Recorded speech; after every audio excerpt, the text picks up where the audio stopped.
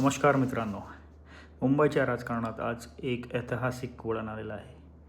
जवळजवळ 30 वर्ष शिवसेनेने बृहन्मुंबई महानगरपालिकेच्या मेयर महापौर पदावर नेतृत्व केलं.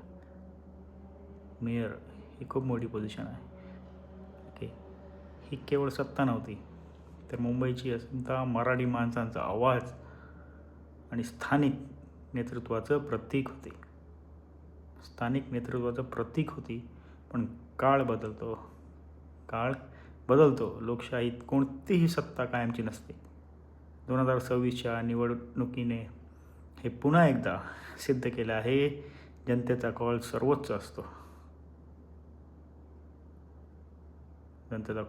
असतो. आज येथे इतिहासाचा सन्मान करत पुढील वाटचालीसाठी जबाबदारीने काम करण्याची हीच खरी वेळ आहे.